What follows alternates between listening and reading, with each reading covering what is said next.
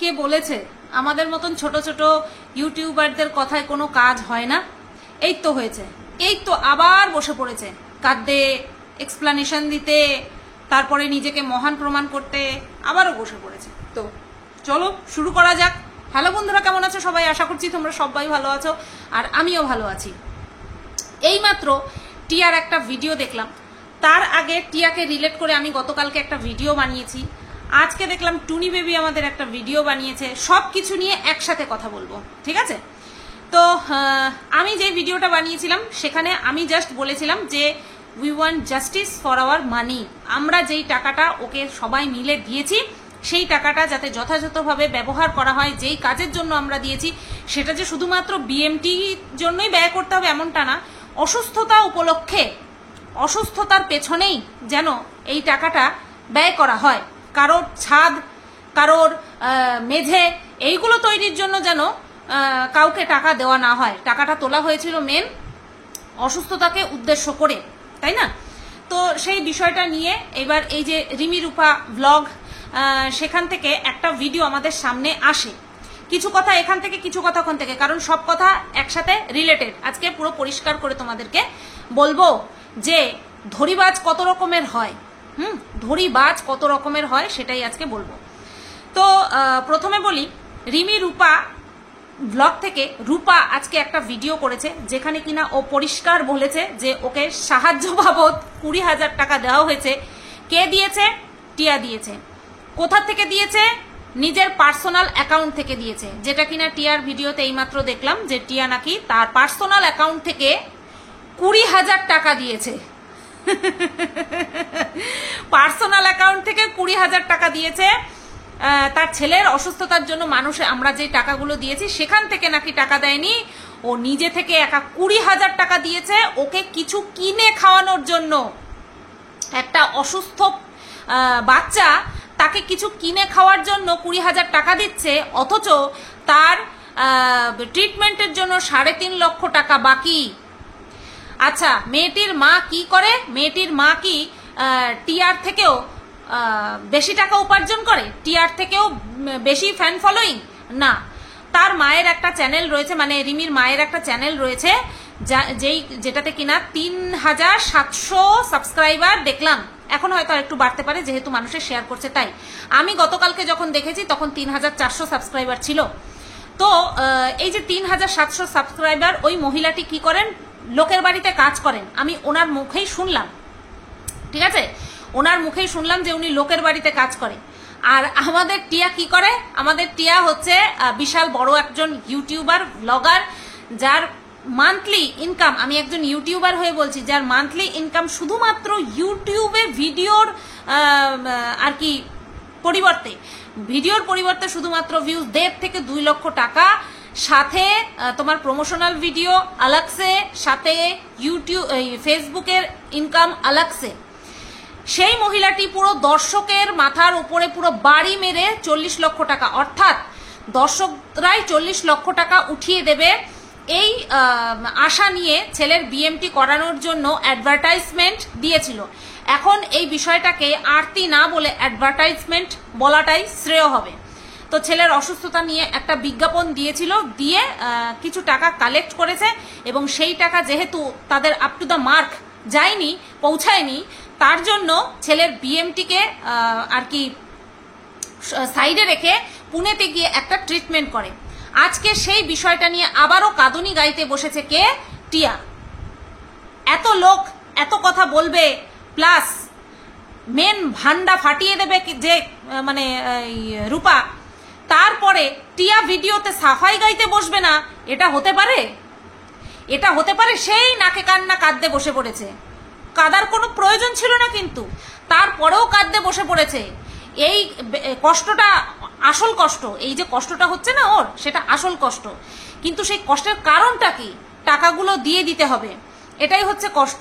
এতটা বিষয়টা নিয়ে এতটা শোরগোল হবে ও বুঝতে পারেনি। বুঝতে পেরেছে তো? বুঝতে পারেনি, সেই কারণের জন্য কাঁদতে বসে পড়েছে। এই যে 3 লক্ষ টাকা এখন দিতেই হবে, সেই কারণে ওর প্রচন্ড কষ্ট হচ্ছে। আজকে সমস্ত ভান্ডা ফাটাবো, তোমরা কিন্তু প্লিজ ভিডিওটা দেখো, ঠিক আছে? তো রূপা তো বলে দিল। এবার আসি এই যে নাম্বার ব্লকের কথায়। টিয়া বলছে আমি ধর্মস্থ বলছি, আমি নাম্বার ব্লক করিনি, আমি ফোনটা চেঞ্জ করেছি তো তাই। আচ্ছা, এই রূপার ভিডিওতে আজকে জানতে পারলাম যে রূপা নাকি গত 6 মাস আগে থেকে টিয়াকে বলছিল যে ওর মেয়েকেও ও বিএমটি করাতে চায়। তখন কেন জোর দিতে পারেনি, কারণ তখন টিয়াও তার ছেলের বিএমটি করার জন্য লাফালাফি কাদাকাদি ছোটাছুটি এই সমস্ত করছিল, তো সেই কারণের জন্য চাপ দিতে পারেনি রূপা। তারপরে যখন দেখলো যে ওর ছেলেকে বিএমটি না করিয়ে পুনেতে গিয়ে কোনো একটা ট্রিটমেন্ট করাচ্ছে, তারপরে কি যে মানে কি বলবো, দর্শকরা চাপ দিল, চাপ দেওয়ার পরে তারপরে কি বললো, আমি দান করে দেবো, আমি অনাথ আশ্রমে দান করে দেবো। তো সেই কথাটা শোনার পরে রূপা কি বলেছিল যে তুমি তো দান করে দেবে, তাহলে কিছু অর্থ আমাকে দিও, সাহায্য করো। তারপরের থেকেই নাকি নাম্বারটা অটোমেটিক্যালি ব্লক হয়ে যায়, ঠিক আছে। তো এখন এই টিয়া এই যে ব্লকেজের বা ব্লকিং যাই বলে না কেন, এই যে ফোন নাম্বার যে ব্লক, সেই ব্লকেজের বিষয়টাকে নিয়ে বলছে ধর্মস্থ আমি নাম্বার ব্লক করিনি, আমি হচ্ছে তোমার কি করেছি, নাম্বার চেঞ্জ করেছি, ফোন চেঞ্জ করেছি, তার জন্য এরকম হয়েছে। আবার টিয়া এটাও বলছে যে ভিডিও কল করতে পারে না, তাহলে সে নাম্বার ব্লক করেছি কি না করেছি সেটা কি করে বুঝলো, মানে খোঁচা কিন্তু মেরেই নিল, খোঁচাটা কিন্তু ঠিক মেরেই নিল। আমি বলছি টিয়া সবার প্রথম আমাকে আমার নাম্বার জোগাড় করে নিয়ে আমাকে ফোন করে, টানা 26 মিনিট আমাদের মধ্যে কথোপকথন হওয়ার পরে ওর ছেলের জন্মদিন আসে, জাস্ট একটা মেসেজ করি, হোয়াটসঅ্যাপে মেসেজ করি ওর ছেলের জন্মদিন উপলক্ষে। এছাড়া আর হচ্ছে তোমার ওর গানের ভিডিও, ওর গান আর নাচের ভিডিও নিয়ে যখন একটা ভিডিও করেছিল তখন একটা প্রশংসা করে ভিডিও করেছিলাম, তারপরেও আমাকে ফোন করেছিল। তারপরে হচ্ছে ওর ছেলেকে নিয়ে না, ওর কোনো প্রবলেম হয়েছিল বিষয়টা নিয়ে, তখন আমি দিল্লিতে ছিলাম, ভিডিও করেছিলাম, তখন আমাকে ক্ল্যারিফিকেশন দিয়ে একটা মেসেজ করেছিল, এই পর্যন্তই। তখনও পর্যন্ত এই ব্লকিং এর কথা আমি বলছি, যখন টিয়া খুব অসুস্থ হয়ে পড়ে, ওই খামার বাড়িতে শুয়ে শুয়ে খুব অসুস্থ হয়ে গিয়েছিল, ওই যে সাধন সাথীর সাথীকে যেরকম জিনে ধরেছিল ঠিক সেই টাইপের আর কি, ওর মধ্যেও জিন ভর করেছিল বলে ওর প্রিটেন্ড করছিল। তো তখন ওর অবস্থা দেখে আমি একবার ফোন করেছিলাম, যেই নম্বর থেকে টিয়া আমাকে ফোন করেছিল সেই নম্বরেই আমি টিয়াকে ফোন করেছিলাম। আর হ্যাঁ, ওরা এমন নাম্বার থেকে আমাকে ফোন করেছিল যেটাতে ফিরে কল করলে না কোনো একটা প্রবলেম হয়, মানে কিছু একটা বলে, কিন্তু ও যেই নাম্বার থেকে আমাকে হোয়াটসঅ্যাপ করেছিল সেই নাম্বারে আমি ফোন করেছিলাম হয়তো। তো সেখান থেকে আমি জাস্ট হ্যালো বললাম, আওয়াজটা শুনলো, মানে ফোনটা রিসিভ করেছিল, আমি হ্যালো বললাম, আমার গলার আওয়াজটা শুনে ফোনটা কেটে দিল। তারপরে আমি আর ফোন করে দেখিও নি যে ব্লক করেছে কি না করেছে, হ্যাঁ আমি দেখিনি, আমার মুখের উপরে ফোনটা কেটে দিল। আমার খারাপ লেগেছিল, কারণ আমি তো এমনি কোনো কারণে ফোন করিনি, ওর শরীরটা খারাপ সেই কারণে আমি ফোন করেছিলাম। আর এটা বারবার আমি তোমরা মানে মাথায় রেখো, মানে টিআই কিন্তু আমাকে আগে ফোন করেছিল, আমি কিন্তু টিআর নাম্বার কারো কাছ থেকে কোনোদিনও চাইনি। তো তারপরে আমি আর কোনোদিনও ফোন করার প্রয়োজনই বোধ করিনি। তারপরে কিন্তু এই বিএমটি নিয়ে, টাকা তোলা নিয়ে এই সমস্ত বিষয় হয়েছে। তাহলে ভাবো যে আমার মুখের উপরে ফোন কেটে দিয়েছে, তারপরেও কিন্তু আমি তার ছেলের অসুস্থতার দিকে তাকিয়ে পিওর হার্ট নিয়ে আমি কিন্তু ওকে বলেছিলাম হ্যাঁ তুমি আর্থিক সাহায্য চাও। আমি কিন্তু ওই বিষয়টাকে নিয়ে না বিগ ইস্যু করিনি, না নিজের মনের মধ্যে করেছি, না সোশ্যাল মিডিয়াতে করেছি যে মুখের উপরে ফোন কেটে দিয়েছে। কখনো মনেই করিনি যে এটা নিয়ে কিছু বলতে হবে বা এটা নিয়েও কন্টেন্ট করতে হবে, কিছু বলিনি। কিন্তু যেহেতু টিয়া বারবার বলছে আমি ধর্মস্থ, আমি কারো ফোন নাম্বার ব্লক করিনি, হ্যাঁ আমি রূপার ফোন নাম্বার ব্লক করিনি, সেই কারণের জন্য আমি বলছি তুমি 700 আনার 100 আনা, টিয়া তুমি 700 আনার 100 আনা। বুঝতে পেরেছো? তুমি বুঝতে পেরে গেছো যে তুমি ফাঁপড়ে পড়েছো, তার জন্য তুমি কাঁদতে বসে পড়েছো, এছাড়া আর কিচ্ছু না। এইবার আসি আমাদের টুনি বেবির কথায়। আমরা প্রত্যেকে জানি যে প্রথমবার ওই যে একদম বিয়ে বাড়ির সাজ দিয়ে অনাথ আশ্রমে গিয়ে টাকা দান করে তারপরে যে লেকচার দিয়ে এসেছিল টিয়া, সেই সময় তাকে কে হেল্প করেছিল ওই অনাথ আশ্রমে যেতে? আমাদের টুনি বেবি হেল্প করেছিল। হ্যাঁ, তারপরে টুনি বেবি আরো একটা ভিডিও বানায় যেখানে কিনা ওর বাদবাকি যে টাকা রয়েছে সেটাও টিয়া যে দান করে দেবে এরকম একটা কথা বলে টুনি বেবি একটা ভিডিও বানায়। এবং আজকের ভিডিওতে টুনি বেবি পুরো পরিষ্কার স্বীকার করেছে যে ওই ভিডিওটা টিআই টুনি বেবিকে বানাতে বলেছিল। ঠিক আছে, তো এই বিষয়টা নিয়ে দেখলাম টুনি বেবিও একটু ক্ষোভ প্রকাশ করেছে। কার উপরে? টিয়ার উপরে। না কি ক্ষোভ প্রকাশ করেছে? যে তুমি আমার ভিডিওটা বানাতে বললে আমি বানাতে চাইনি, আমার মতের বিরুদ্ধে গিয়ে আমি ভিডিওটা বানিয়েছি, কিন্তু তারপরে তুমি যখন টাকাটা দেবে না বলে ঠিক করলে, তাহলে কেন আমাকে দিয়ে ওই ভিডিওটা বানালে? আমাকে দিয়ে কেন ভিডিওটা বানাতে বললে, যার কারণে আমি মানুষের কটাক্ষের শিকার হয়েছিলাম? এই কথাগুলো আজকে টুনি বেবি কিন্তু ভিডিওতে বলেছে। তাহলে যেই টাকাগুলো দান করে দেবে বলে টুনি বেবি কি বলেছিল যে অনাথ আশ্রমের খোঁজ করতে পুরো গোটা টাকাটা দিয়ে দেবে, তাহলে আজকে টিয়ার বয়ান কি করে পাল্টে গেল যে আসানসোলে একটা অনাথ আশ্রমের খোঁজ নিয়েছে, যেখানে ওই অনাথ আশ্রমের যে ওনার আছে তার সাথে কথা বলে রেখেছে, সব টাকা একবারে ধরে দিয়ে দেবে। আর যেহেতু ধরে দিয়ে দেবে বলেছে, তার জন্য রূপাকে সাহায্য করতে পারেনি। কি পাতি কথা, কি পাতি এক্সকিউজ, তাই না? কিরকম পাতি এক্সকিউজ যে একটা জায়গায় কথা দিয়েছে বলে এমার্জেন্সি বেসিসে একজনকে দিতে পারবে না। আচ্ছা, আমরা সেভিংস করি, আমাদের কোনো এমার্জেন্সি হলে আমরা কি সেই সেভিংস ভেঙে, হ্যাঁ, ফিক্সড ডিপোজিট পর্যন্ত আমাদেরকে ভাঙতে হয় না? হয়তো। তো সেখানে টিয়া আমাদের জনগণের টাকা নিয়ে নিজেই ডিসিশন নিচ্ছে। আমাদেরকে একবার জানানোর প্রয়োজন বোধ করেনি যে রূপা নামক এরকম একজন মহিলা তার মেয়ের বিএমটি করাবে, অথচ আমি একটা জায়গায় কথা দিয়ে ফেলেছি যে সেইখানটায় সব টাকা দেবো। তাহলে তোমরা বলো এবার আমি কি করব? আমাদেরকে কি একবারও জানিয়েছিল? আমাদের একবারও জানায়নি। উল্টে কি করেছে? রূপার নাম্বার ব্লক করে দিয়েছে। 6 মাস কিন্তু হয়নি যে টিয়া ফোন চেঞ্জ করেছে, এখনো পর্যন্ত 6 মাস হয়নি যে টিয়া ফোন চেঞ্জ করেছে, আইফোন নিয়েছে, ফোন চেঞ্জ করেছে, 6 মাস হয়নি। তাহলে টিয়া এই এক্সকিউজটা কি করে দিল যে আমি যেহেতু ফোন চেঞ্জ করেছি তার জন্য হয়তো নাম্বার গন্ডগোল হয়েছে? ফোন চেঞ্জ করলে যার কাছে নাম্বার রয়েছে তার নাম্বার তো ঢুকে যাবে, তুমি ফোন নাম্বার তার পেতে নাই পেতে পারো। তুমি যে কিরকম মানুষ সেটা ভালো মতন জানি। আশা করছি প্রত্যেকেই বুঝে গেছে যে তুমি কি টাইপের মানুষ। তা তুমি এই এক্সকিউজ দিও না, যে বলছো না যে ধর্মস্থ, ওটা বলো না। একজনকে কথা দিয়েছো যে আন্টি তুমি খোঁজ করো, হ্যাঁ তুমি খোঁজ করো অনাথ আশ্রম, আমি টাকা দিয়ে দেবো। আবার তাকে কিচ্ছু আর জানাওনি। তখন কি বললে? যে আমার বাড়ির লোক বলছে যে টাকাটা রেখে দিতে। কয় রকমের কথা বলো একটা মুখ থেকে, কয় রকমের কথা বলো। তারপরে এখন বলছো আসানসোলে কোনো অনাথ আশ্রমের কথা। এই আসানসোলের অনাথ আশ্রমের কথা কি টুনি বেবি জানে? টুনি বেবিকে তো ভালো মতন ব্যবহার করেছো, তাই না? এই আসানসোলের অনাথ আশ্রমের কথা জানিয়েছো?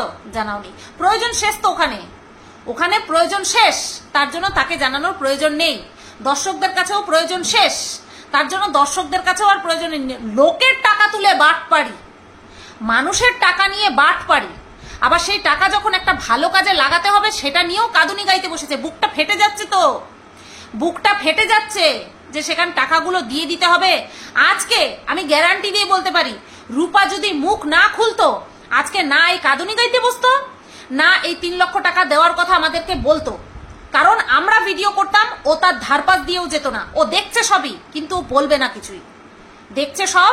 না কিছুই। ঠিক আছে? বলছে বারবার একই কথা, আমি কতটা অসুস্থ হয়ে যাচ্ছি, আমি কতটা খাটছি। কে বলেছে খাটতে এত? তুমি যে অসুস্থ হয়ে যাচ্ছ, তোমার যে শরীর ভাঙছে, তার জন্য কে দায়ী? আমরা বলেছি নাকি? প্রত্যেকদিন ব্লগ করো, প্রত্যেকদিন লাইভ করো, প্রত্যেকদিন ব্যবসা করো, আমরা কি বলেছি? তুমি নিজের লোভে করছো, নিজে ইনকামের জন্য করছো। তাহলে এখানে কাঁদুনি গাইতে বসেছো কিসের জন্য? তুমি পরিশ্রম আমাদের জন্য করছো না, আমাদেরকে 1 পয়সা দিচ্ছ না। তুমি উল্টে আমাদের থেকে পয়সা নিয়েছো, এমনিও নিয়েছো, অমনিও নিচ্ছ। তাহলে এই যে কান্নাকাটি, খাটছো, কি করছো না করছো সেটা তো আমাদের দেখার দরকার নেই।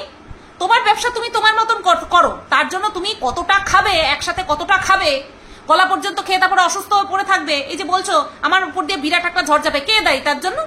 কারা দায়ী?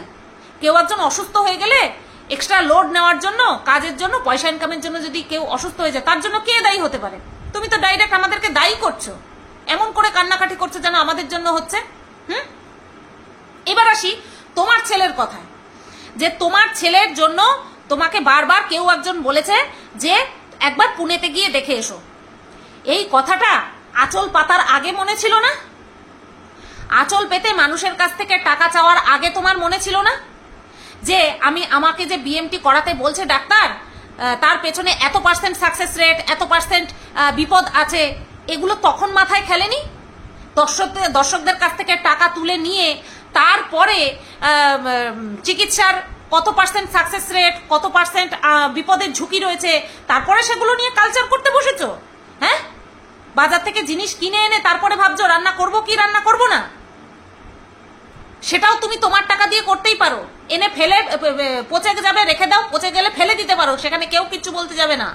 কিন্তু তুমি দর্শকদের কাছ থেকে টাকা তুলে তারপরে তুমি অন্য এক জায়গায় চিকিৎসা করতে যাচ্ছ, দর্শকরা বলে বলে মরছে ওকে সাহায্য করো, ওকে সাহায্য করো। হ্যাঁ, মামা বাড়ির আবদার পেয়েছো তুমি, আর তোমার বর কি ভিডিও নামালো গাড়ির মধ্যে বসে, যে আমার জন্য তোমার ছেলের টাকা ওঠেনি, তোমার ছেলের টাকা চিকিৎসার টাকা আমার কারণে ওঠেনি। তোমরা এত বড় জোচ্চোর, তোমরা এতখানি শয়তান, মানুষের মাথায় বাড়ি মেরে মিথ্যে কথা বলে জোচ্চুরি করে টাকা তুলে তারপরে আমার নামে মিথ্যে কথা বলে কেস করা, তাই না? আমার নামে মিথ্যে কথা বলে কেস করার হুমকি দেওয়া। এটা বুঝতে পারো না যে তুমি ফ্রড করেছো মানুষের সাথে, যে যেই কথা বলে তুমি টাকা তুলেছো সেই কাজটা তুমি করনি, ফাঁসবে কে, এটা একবারও মাথায় ঢোকেনি? হ্যাঁ, কেস করবে বলে হুমকি দেওয়া, মানে বাটপার কাকে বলে? বলে না চোরের মায়ের বড় গলা। টিয়া, তুমি হচ্ছে সেই একটা মানুষ যার উপরে এই প্রবাদ বাক্যটা অ্যাপ্লাই করা যায়, যে চোরের মায়ের বড় গলা। 20,000 টাকা তুমি তাকে দিয়েছো কেন? তুমি তো জানতে ভালো মতন যে তার 3.5 লক্ষ টাকা প্রয়োজন, আগে তার প্রয়োজনটা মিটিয়ে, আগে তার চিকিৎসার প্রয়োজনটা মিটিয়ে তারপরে তাকে খাওয়ার জন্য 20,000 দাও, 2,000 দাও, 200 টাকা দাও। তুমি 20,000 টাকা দিয়েছিলে সাল্টে নেওয়ার জন্য, তুমি ভাবতে পারোনি এই বিষয়টা নিয়ে শোরগোল হবে। ঠিক আছে চাঁদু, খুব চালাক মনে করো নিজেকে না, ভীষণ চালাক মনে করো তুমি। কাঁদুনি গাইলে আর দর্শক সব ভুলে গেল, নাটক একটুখানি কম করে করো। ওই টাকা, যেই টাকা আমরা সবাই মিলে 5 টাকা দিই, 500 টাকা দিই, 5,000 টাকা দিই, 50,000 টাকা দিই, 5 লক্ষ টাকা দিই, আমরা যে যা দিয়েছি সেই টাকা নিয়ে আমরা বলতে পারি, এবং আমরাও খারাপ কোনো কথা বলতে পারি না সেই টাকাগুলো নিয়ে, কারণ সেই টাকাগুলো দেওয়া হয়েছিল একটা বাচ্চার দিকে তাকিয়ে। আর হ্যাঁ, কি বলছো না বারবার, কত মানুষে বলে যে টাকাগুলো রেখে দাও ছেলের ভবিষ্যতের জন্য। আচ্ছা, তোমরা মোটা টাকা ইউটিউব থেকে কামাচ্ছ, একটা মোটা টাকা ফেসবুক থেকে কামাচ্ছ, মোটা টাকা ব্যবসা থেকে কামাচ্ছ, তারপরেও তোমাদের কিসের লালসা এত যে মানুষ বললো আর রেখে দিচ্ছ? যারা বলছে তাদের আইডিয়া নেই যে তোমরা কত টাকা মান্থলি ইনকাম করছো, তার জন্য তারা বলছে। তারা যদি বুঝতে পারতো না, বা তারা যদি জানতে পারতো যে তোমরা মান্থলি কত টাকা ইনকাম করছো, টাকা দেওয়া, টাকা রেখে দেওয়ার কথা বলা তো দূর কি বাত, উল্টে টাকা নিয়ে নিত। বুঝতে পেরেছো?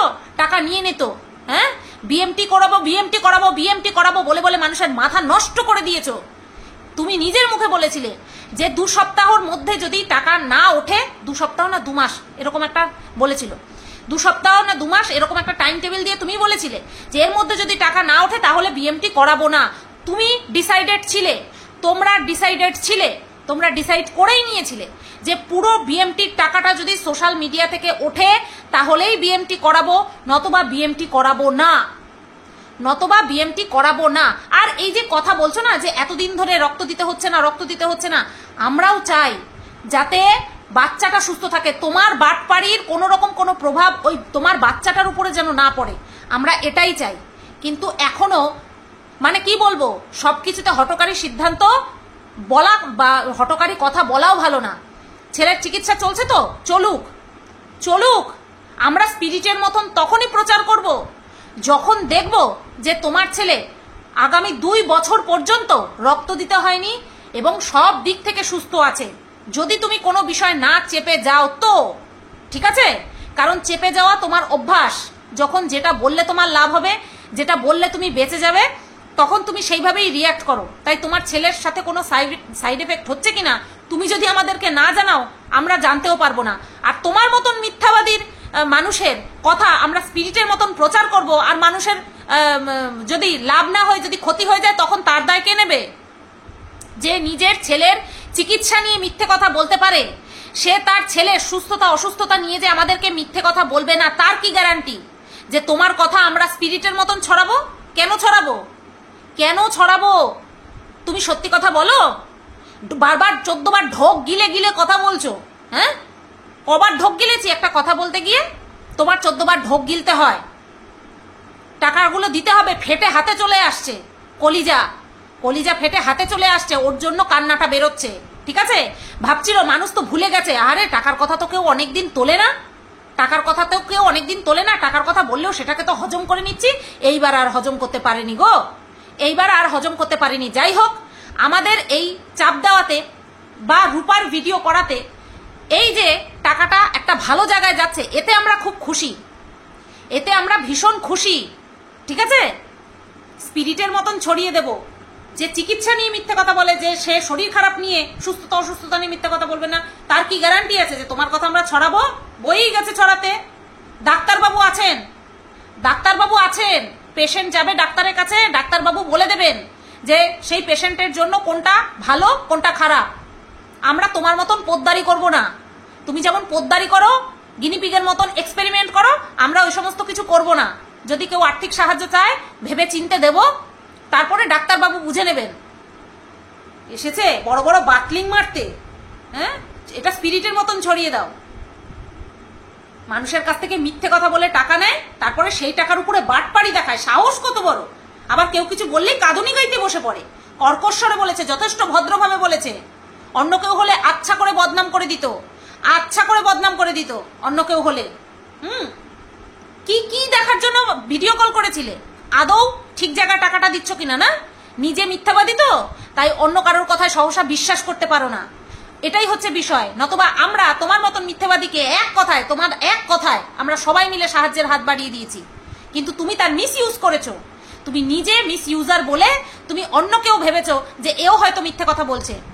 লোকের বাড়িতে খেটে তারপরে সন্তানের বিএমটি করে দেখিয়ে দিল, লোকের বাড়িতে খেটে। আর তুমি তুমি পুরো টাকাটা চেয়েছিলে সোশ্যাল মিডিয়া থেকে তুলতে।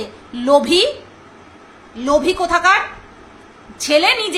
নিজের কোনো দায় নেই, মানুষ টাকা দেয়নি তার জন্য আমি বিএমটি করালাম না। যদি বিএমটি নাই করাবে তাহলে বিএমটি করে চিৎকার করে মরেছিলে কেন? কেন চিৎকার করে মরেছিলে?